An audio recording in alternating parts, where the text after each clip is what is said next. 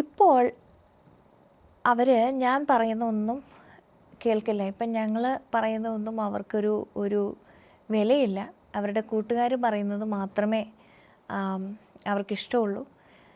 എന്ത് പറഞ്ഞാലും കൂട്ടുകാർ പറയുന്നതേ അവർ കേൾക്കുകയുള്ളൂ. അതുകൊണ്ടാണ് ഈ കുഴപ്പത്തിലൊക്കെ ചെന്ന് ചാടുന്നത്.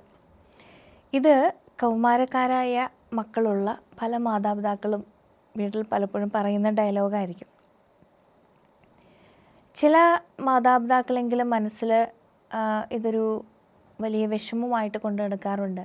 അതുവരെ എപ്പോഴും സാരിത്തുമ്പിൽ പിടിച്ച് നടന്നിരുന്ന, അല്ലെങ്കിൽ എപ്പോഴും തങ്ങളെ ചുറ്റിപ്പറ്റി മാത്രം നിന്നിരുന്ന കുട്ടികൾ തങ്ങളെക്കാൾ കൂടുതൽ സുഹൃത്തുക്കളുടെ കൂടെ സമയം സ്പെൻഡ് ചെയ്യുന്നു. മുഴുവൻ സമയവും അവരുടെ കൂടെ ആയിരിക്കുന്നു. അവരുടെ വാക്കുകൾക്ക് കൂടുതൽ വില കൽപ്പിക്കുന്നു എന്നൊക്കെയുള്ള കാര്യം. ഇത് സ്വാഭാവികമായിട്ടുള്ള ഒരു മാറ്റമാണ്.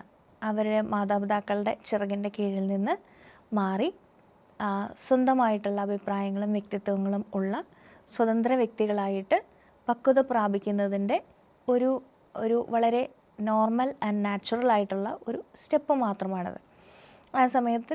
ആ സമയത്ത് കൂടുതൽ തങ്ങളുടെ പ്രായത്തിലുള്ളവരും സമൂഹത്തിലുള്ളവരുമായിട്ട് ഇടപഴകാനും കണക്റ്റഡ് ആവാനും അങ്ങനെ ഒരു സെപ്പറേറ്റ് എൻറ്റിറ്റി ആവാനുമുള്ള അവരുടെ ശ്രമങ്ങൾ. ഇവിടുത്തെ ഏറ്റവും വലിയൊരു ചാലഞ്ച് എന്ന് പറയുന്നത് പിയർ പ്രഷറാണ്. അല്ലെങ്കിൽ പിയേഴ്സ് എന്നതുകൊണ്ട് ഉദ്ദേശിക്കുന്നത് ഏകദേശം സമപ്രായക്കാരായിട്ടുള്ള വ്യക്തികൾ, സഹപാഠികളാകാം, കൂട്ടുകാരാകാം. അപ്പോൾ ഇവരുടെ സ്വാധീനം ചെറിയ കാര്യങ്ങളിൽ മുതൽ തീരുമാനങ്ങൾ എടുക്കുന്നതിലും ജീവിതശൈലിയിലും വസ്ത്രധാരണത്തിലും ഫുഡ് സ്റ്റൈലിലും അതുപോലെ എന്ന് തുടങ്ങി ഹോബികളിൽ, പിന്നെ അതുപോലെ വളരെ റിസ്ക് എടുക്കുന്ന പെരുമാറ്റങ്ങളിലേക്കും അപകടകരമായിട്ടുള്ള പ്രവൃത്തികൾ ചെയ്യുന്നതിലേക്കും ചിലപ്പോൾ വളരെ അൺഹെൽത്തി ആയിട്ടുള്ള കാര്യങ്ങളിലേക്കും സമൂഹത്തെ ചാലഞ്ച് ചെയ്യുന്ന, നിയമങ്ങളെ ചാലഞ്ച് ചെയ്യുന്ന കാര്യങ്ങളിലേക്കും വരെ എത്തിക്കാം. ഇത് സ്വാഭാവികമായിട്ട് സംഭവിക്കുന്ന ഒരു കാര്യമാണ്. അതേസമയം ഇതിനെക്കുറിച്ച് മാതാപിതാക്കൾ ബോധ്യമുള്ളവരായിരിക്കും. എങ്ങനെ കുട്ടികളെ ഹാൻഡിൽ ചെയ്യണം എന്നുള്ളതിനെക്കുറിച്ച് പ്രിപ്പയർഡ് ആയിരിക്കുകയും വേണം അവർ കൗമാരത്തിലേക്ക് പ്രവേശിക്കുമ്പോൾ.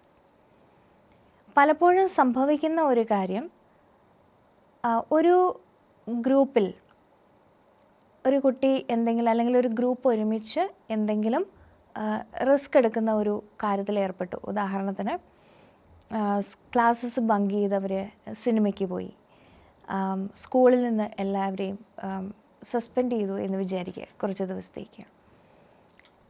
പല മാതാപിതാക്കളും അതിനോട് പ്രതികരിക്കുന്നത് ഇതിൽ ഏറ്റവും കൂടുതൽ മറ്റുള്ളവരെ ഇൻഫ്ലുവൻസ് ചെയ്യുന്ന, അല്ലെങ്കിൽ ഡിസിഷൻ മേക്കേഴ്സ് ആയിട്ടുള്ള ഏതെങ്കിലും കുട്ടികളൊക്കെ ഉണ്ടാവാം.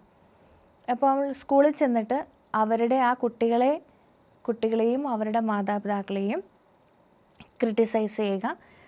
നിങ്ങളുടെ മകൻ അല്ലെങ്കിൽ മകൾ കാരണമാണ് ഈ കുട്ടിയാണ് മറ്റുള്ളവരെ എല്ലാവരെയും വഷളാക്കുന്നത്, ഇവർ കാരണമാണ് ഞങ്ങളുടെ മക്കളും കൂടി വഴിതെറ്റിപ്പോകുന്നത് എന്ന് പറഞ്ഞ് ആ ഒരു കുട്ടിയെ ഒറ്റപ്പെടുത്തുക, അവരുടെ മാതാപിതാക്കളെ ഒറ്റപ്പെടുത്തുക. ഇനി ഇവരുമായിട്ടൊരു ഫ്രണ്ട്ഷിപ്പും പാടില്ല എന്നൊക്കെ പറഞ്ഞ് അവരെ ആ കുട്ടികൾ ഒറ്റപ്പെടുന്ന രീതിയിൽ, അവഹേളിക്കപ്പെടുന്ന രീതിയിൽ പെരുമാറുക എന്നുള്ളതാണ്. ഇത് പലപ്പോഴും നിങ്ങളുടെ കുട്ടികളുടെ മനസ്സിനെ വേദനിപ്പിക്കുകയും നിങ്ങളോട് പ്രതിഷേധം ഉണ്ടാകാനായിട്ട് കാരണമാവുകയും ചെയ്യും. അത് ആ ഒരു പ്രവൃത്തി തിരുത്തുക എന്നതിനേക്കാൾ ഉപരി ഇതൊരു ആരോഗ്യകരമായിട്ടുള്ള രീതിയല്ല. പിയർ പ്രഷറിനെ കൈകാര്യം ചെയ്യേണ്ടത് അതിനെക്കുറിച്ച് കുട്ടികളുമായിട്ട് ഓപ്പണായിട്ട് സംസാരിച്ചുകൊണ്ട് തന്നെയാണ്. അതിനെക്കുറിച്ച് അവരൊരു കൂടുതൽ സുഹൃത്തുക്കളെ ഉണ്ടാക്കി അങ്ങനെ ഒരു ഗ്രൂപ്പുകളിൽ കൂടുതൽ സമയം സ്പെൻഡ് ചെയ്യുന്ന ഒരു സമയത്തിലേക്ക് കടക്കുമ്പോൾ തന്നെ അവരോട് പിയർ പ്രഷർ എന്താണ് എന്നുള്ളത് സംസാരിക്കണം. അതിന് മാതാപിതാക്കൾക്കും അതിനെക്കുറിച്ച് വേണ്ട ആവശ്യത്തിനുള്ള അറിവ് ഉണ്ടാകണം. അവരുടെ അറിവെന്താണ്, അങ്ങനെയൊരു കാര്യം അവർ കേട്ടിട്ടുണ്ടോ, ഏതൊക്കെ രീതിയിലാണ് കൂട്ടുകാരുടെ ഇൻഫ്ലുവൻസ് അവർക്ക് ഉണ്ടാകാൻ പോകുന്നത്, അതിൻ്റെ നന്മകൾ എന്താണ്, അതേസമയം അതിൻ്റെ അവിടെ നിന്ന് സംഭവിക്കാവുന്ന നെഗറ്റീവ് കോൺസിക്വൻസസ് എന്തൊക്കെയാണ്, ഏതൊക്കെ രീതിയിലാണ് അൺഹെൽത്തി ആയിട്ടുള്ള സ്വാധീനങ്ങൾ തങ്ങളുടെ കൂട്ടുകാരിൽ നിന്ന് അവർക്കുണ്ടാകാവുന്നത്, അത്തരം സന്ദർഭങ്ങളിൽ എങ്ങനെയാണ് അവരതിനെ ഡീൽ ചെയ്യാൻ പോകുന്നത് എന്നുള്ളത് കുട്ടികളോട് തന്നെ തുറന്ന സംഭാഷണങ്ങളിൽ ഏർപ്പെടുക എന്നുള്ളതാണ് ആദ്യത്തെ കാര്യം. ഇതിൻ്റെ ഈ പിയർ ഇൻഫ്ലുവൻസിൽ കുട്ടികൾ പെട്ടുപോകാനായിട്ട് പല കാരണങ്ങളുണ്ട്. നമുക്കറിയാം, ചില ഗ്രൂപ്പുകളിൽ അതിലെ അംഗമാകണമെങ്കിൽ തന്നെ ചില നിയമങ്ങൾ ഉണ്ടാകും. ചില പ്രത്യേക രീതിയിൽ വസ്ത്രം ധരിച്ചാൽ, അല്ലെങ്കിൽ ചില പ്രത്യേക ഫാഷൻ ഫോളോ ചെയ്താൽ, ചില പ്രത്യേക ട്രെൻഡുകൾ ഫോളോ ചെയ്താൽ ഒക്കെ മാത്രമേ ആ ഗ്രൂപ്പിലൊരു അക്സെപ്റ്റൻസ് ഉണ്ടാവുകയുള്ളൂ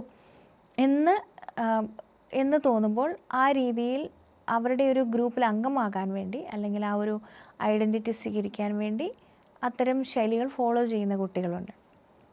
പിന്നെ ചില കാര്യങ്ങളൊക്കെ കൗമാരപ്രായത്തിലുണ്ടാകുന്ന ഒരു നാച്ചുറലായിട്ടുണ്ടാകുന്ന ഒരു ക്യൂരിയോസിറ്റി, അത് പലപ്പോഴും റിസ്ക് എടുക്കുന്നതായിരിക്കാം. ഉദാഹരണത്തിന് ലഹരി ഉപയോഗിച്ച് നോക്കുക, അല്ലെങ്കിൽ മദ്യം ഉപയോഗിച്ച് നോക്കുക, അല്ലെങ്കിൽ വളരെ സ്പീഡിൽ ബൈക്ക് റൈഡ് ചെയ്യുക.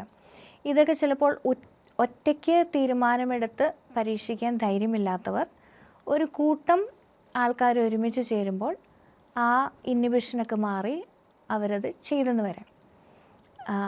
അപ്പോൾ ഇത്തരം കാര്യങ്ങളെക്കുറിച്ച്, ഇത്തരത്തിലുള്ള പോസിബിലിറ്റികളെക്കുറിച്ച്, അതിൽ നിന്നുണ്ടാകുന്ന കോൺസിക്വൻസസിനെ കുറിച്ച് കുട്ടികളോട് മുൻകൂട്ടി തന്നെ സംസാരിക്കുകയും അത്തരം അവസരങ്ങൾ വന്നാൽ എങ്ങനെ അതിനെ നേരിടണം എന്നതിനെക്കുറിച്ച് പ്രിപ്പയർഡ് ആക്കുകയും വേണം. അതിന് ചിലപ്പോൾ അവർക്ക് നോ പറയാനുള്ള ബുദ്ധിമുട്ടായിരിക്കാം.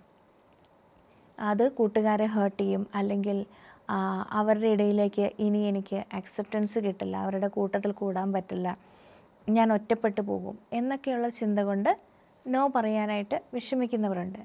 അപ്പോൾ അത്തരത്തിലുള്ളവർക്ക് ഒരു വ്യതിരിക്തമായ ഐഡൻറ്റിറ്റി സൂക്ഷിക്കാനും നെഗറ്റീവായിട്ടുള്ള ഇൻഫ്ലുവൻസുകളെ നോ പറയുന്നത് ഒരു ഏറ്റവും ഹെൽത്തി ആയിട്ടുള്ള ഒരു കാര്യമാണെന്നും അതിനെക്കുറിച്ച് ലജ്ജിക്കേണ്ടതില്ലെന്നും അതിൽ നിന്ന് സുഹൃത്ത് ബന്ധങ്ങൾ നഷ്ടപ്പെട്ടാലും അവർക്ക് വീണ്ടും നല്ല സുഹൃത്തുക്കളെ, ഹെൽത്തി ആയിട്ടുള്ള സുഹൃത്ത് ബന്ധങ്ങൾ കിട്ടുമെന്നും ഒക്കെയുള്ള ബോധ്യങ്ങൾ അവർക്ക് കൊടുക്കുകയും ആ രീതിയിൽ അവരെ ധൈര്യപ്പെടുത്തുകയും പരിശീലിപ്പിക്കുകയും ചെയ്യുക.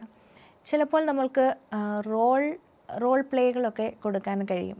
അവരോട് വീട്ടിൽ വെച്ച് തന്നെ ഇത്തരം സന്ദർഭങ്ങളൊന്ന് ആക്ട് ചെയ്ത് കാണിക്കുക. ഇപ്പം മാതാപിതാക്കൾക്ക് അങ്ങനെ ഒരു പിയർ ആയിട്ട് ആക്ട് ചെയ്യാനായിട്ട് പറ്റും. അപ്പം അല്ലെങ്കിൽ സിബ്ലിങ്സിന് പരസ്പരം.